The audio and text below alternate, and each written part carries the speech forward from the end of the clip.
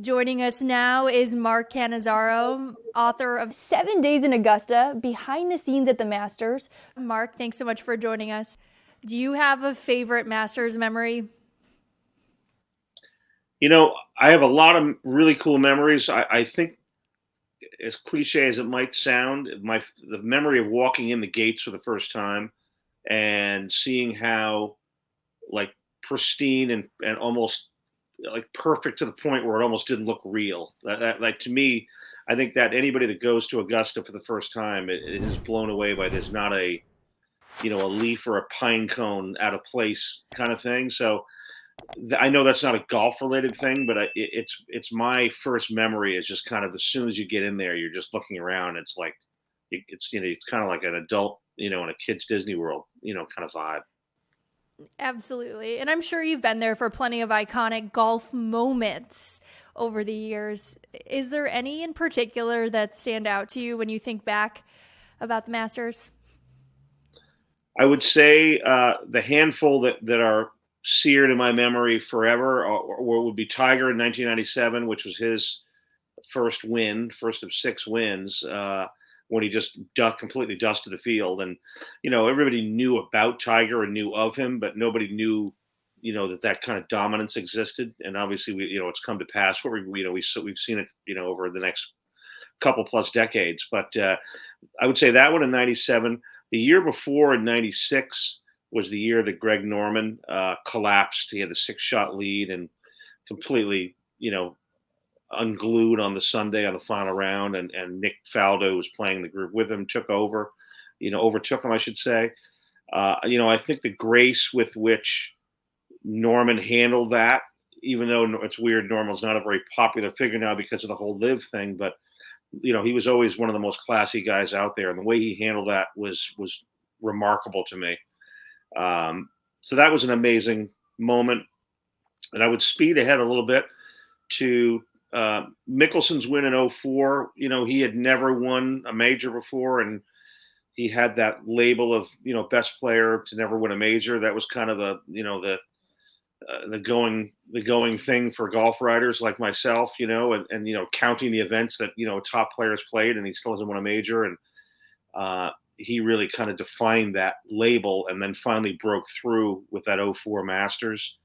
That was pretty amazing. And I mean, again, there's so many, but Tiger in 2019, obviously his most recent and last win, was crazy because it was so unexpected because of all the stuff he'd been through with his own, scandal and controversy, and the litany of injuries that he's had, and obviously his age.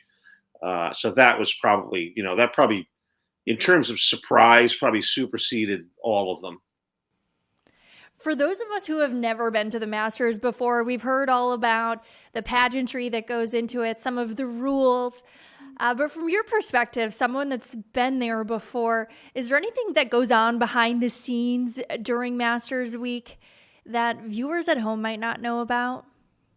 The one thing I would say, I guess you could call it behind the scenes, and maybe golf fans have heard this stated before, but until you're on the grounds there and walking around the golf course, you have no idea the elevation change and how hilly it is. Because television can't really translate that onto the TV screen. And it's funny because, speaking of Tiger, that's part of what's become it's become the most difficult event for Tiger in his, with his health issues, with his bad, foot and ankle from his car crash.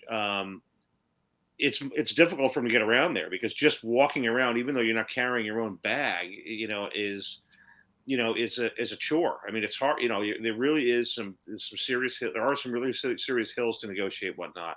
And when you're a player and you're doing that for 4 rounds of competition, not including 2 or 3 rounds maybe of practice, it can wear on you. So I think that's one of the things there.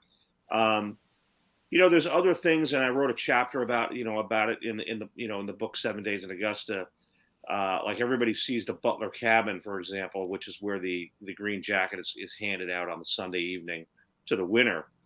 And Jim Nance from CBS obviously is in there and is interviewing the winner, and the previous winner slips the jacket on the current winner's over his shoulders.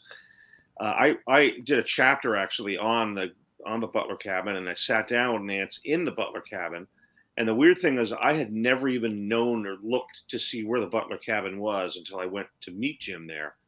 And I went in there, and essentially, it's just kind of like a Augusta has a numerous cabins where people stay on property.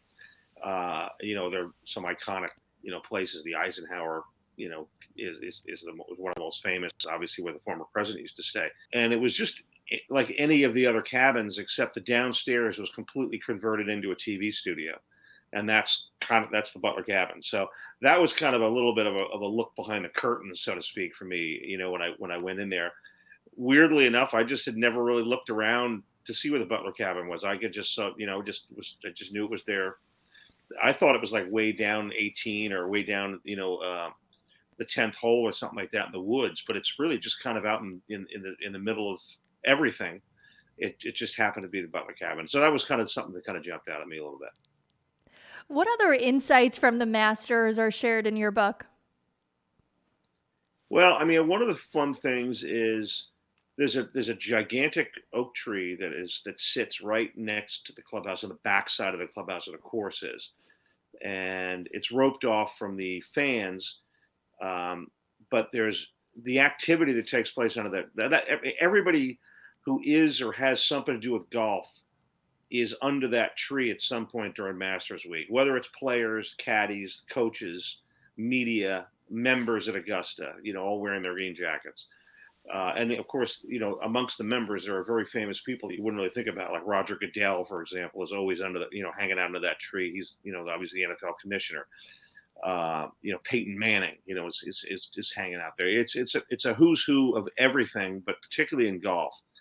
And I mean, deals are struck under that tree. There's drinking taking place under that tree, socializing, interviews. There's a lot of stuff that goes on to that tree, and that is, it's not really golf related in terms of what goes on the golf course, but it is, it's just an iconic place, and it's you could literally just stand under that tree and just watch the action and the bustling and whatnot, and just people watch all day long. Thank you so much for joining us, Mark. Thanks for having me.